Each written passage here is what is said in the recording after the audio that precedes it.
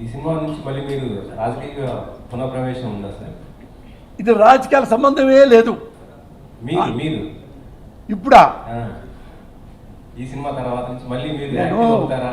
చానాళ్ళ తర్వాత సినిమా చేసుకుంటున్నానబ్బా, చానాళ్ళ తర్వాత సినిమా చేసుకున్నానబ్బా. నన్ను రోడ్డు మీద పడేయమాకండబ్బా. ప్రజాసేవ చేయాలంటే రాజకీయాలు ఉండాలి కదా. ప్రజాసేవలో ఉండాలంటే సేవ చేయాలి, జైలుకి వెళ్ళాలి, తప్పేం లేదు, మీకు తెలుసు కదా. అందుకని ఈ కొంచెం నన్ను క్షమిస్తే సినిమా బాగా చేసుకుంటానబ్బా. సినిమాల్లో చూస్తున్నాం రాజకీయాలకి దూరంగా మళ్ళీ కంబ్యాక్ ఇచ్చారని అనుకోవచ్చు. అంటే మెంటల్ కృష్ణ సినిమా తీసేటప్పుడు మీరే డైరెక్ట్ చేశారు కదా? నేనే. ప్రొడ్యూసర్ గారు నిన్నే చెప్పారు. ఏం చెప్పారంటే అప్పట్లో మెంటల్ కృష్ణ సినిమా తీసేటప్పుడు చాలా మందిని కలవడం జరిగింది, కృష్ణ గారిని కూడా కలవడం జరిగింది, మందకృష్ణ మాధవ్ గారు ఆయన కూడా కలవడం జరిగింది, తర్వాత ఇలా కొంతమందిని కలవడం జరిగింది. అయితే ఆ సినిమా తర్వాత కూడా మీకు ట్యాగ్ లైన్ వచ్చేసింది, మెంటల్ కృష్ణ అని చెప్పి ఒక ట్యాగ్ లైన్ వచ్చేసింది. ఈ సినిమా తర్వాత ఏమైనా ట్యాగ్ లైన్ వస్తుందంటారా? మారుతుందా లేదా? అంటే చాలామంది అనుకుంటారు నేనేమో అంటుంటారు కదా, నేనేమో జెంటిల్మన్ని, కొందరేమో డాబర్ మ్యాన్ అంటారు. జెంటిల్మన్ అంటారు, డాబర్ మ్యాన్ అంటారు. డాబర్ మ్యాన్ తెలుసుగా, అందుకని నేను ఏం చేయగలను. అంటే అగ్రెసివ్గా మాట్లాడతారు, పాయింట్ టు పాయింట్ మాట్లాడతారు, బట్ ఇప్పుడు చాలా సెటిల్డ్గా ఆలోచించి మాట్లాడుతున్నట్టు అనిపిస్తుంది. What is the reason sir? అంటే భయంతో కాదు, ఏదైనా ఒక సందర్భం ఉండాలి. ఇప్పుడు నన్ను ఇష్టపడతారు, నన్ను బాగా బాగా లైక్ చేస్తారు చాలామంది. నేను లైక్ చేసినంత మాత్రాన్ని పెద్ద పట్టించుకోను. అన్నెసరీగా నన్ను తిడితే ఇంత రెస్పాండ్ అవుతా. ఎప్పుడు మీరు ఇంతమంది ఉన్నారు కదా, సినిమా తీసేయండి. నేను నా పేరు పోస్తానికి ఇష్టపడండి, మీకు తెలుసు. ఏం చదువుకున్నానో మీకు తెలుసు, ఎలా పైకి వచ్చానో మీకు తెలుసు.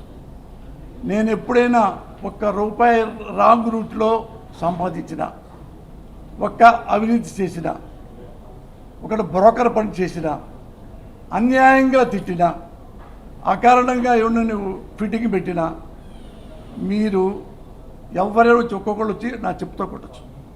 నా లైఫ్ టైంలో పోసారి టైంలో జగన్ గారు నన్ను ఎన్నోసార్లు పిలిచారు. నేనే అవినీతి పరుదలుచుకుంటే ఆయన దగ్గర, సార్ మాకు ఒక 5 ఎకరాలు ఇవ్వండి సార్, స్టూడియో పెట్టుకుంటాం, నాకు ఇస్తాడు. మంత్రి పదవి అడిగాడు, నాకు వద్దన్నా అన్న. మంత్రి పదవి చాలు కదా, చాలాటికి అది అడగండి, కావాలంటే మీరు కావాలని జగన్ గారు అడగండి. మా ఇంటికి వచ్చి చెప్పారు, మీకు ఎమ్మెల్యే కావాలా, ఎమ్మెల్సీ కావాలా, వాళ్ళ బస్సులు ఒక అప్పట్లో 16 ఏళ్ళ కిందట. ఇది అన్నా నాకే వద్దు, నేను చాలామంది సపోర్ట్ చేస్తా, ఉన్నాళ్లలో బెటర్కి చేస్తా. ఇప్పుడు ఉన్నాళ్లలో బెటరు ఈయన ఇది సోనియా గాంధీ గారి ఆ డిస్కషన్ చూసిన తర్వాత నేను లైక్ చేశా, సర్వీస్ చేస్తా, నేను చేయను రాజకీయాలు. ఇంతవరకు నేను ఏ పార్టీలో కూడా సభ్యత్వం నాకు లేదు, జగన్ గారి సహా. ఉన్నాళ్లలో చిరంజీవి గారు ఆయన పిలిచారు, సర్వీస్ చేశాను. చంద్రబాబు మన బాబు గారు మంచిగా ఉన్నప్పుడు నేను సర్వీస్ చేశాను, నేనంటే ఆయనకి చాలా ఇష్టం. రామారావు గారికి నేను సపోర్ట్ చేసి జెండాలు పెట్టాను.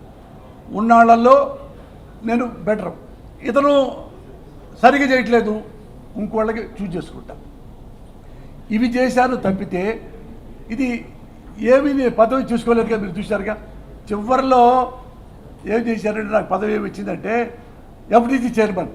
నాకు వద్దన్నా అన్న, ఏమయ్యా నువ్వు నంది అవార్డులు అవినీతి జరిగిందన్నారు కదా, నువ్వు చేయి మంచి పని, నువ్వు సినిమా వాడివి కదా, అది చెయ్యి అంటే చేస్తే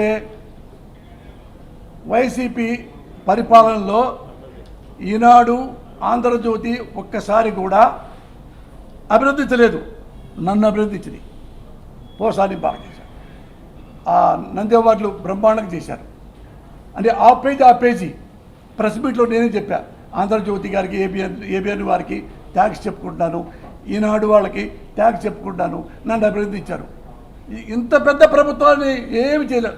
నాకే అంటే నేను డబ్బు తినేవాడిని కాదు, రాంగ్ రూట్కి వెళ్ళేవాడిని కాదు, పైరవీలు చేసేవాడిని కాదు, బెనామీలు తీసుకునేవాడిని కాదు.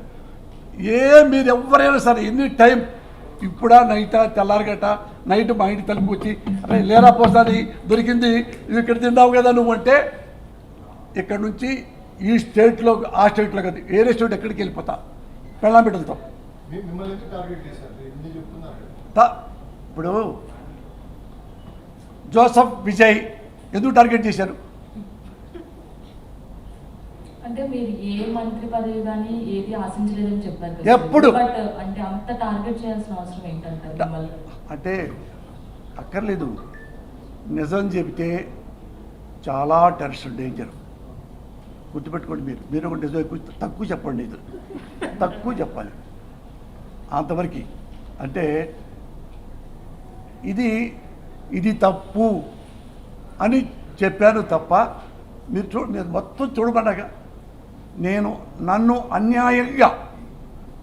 అన్యాయంగా ఎవరు ఏమన్నా సరే అకారణంగా నన్ను నా కుటుంబాన్ని ఎత్తి చూపిస్తే తిట్టి చూపిస్తే నేను స్కై ఇస్ ద లిమిట్ అవుతా. Should not forget that.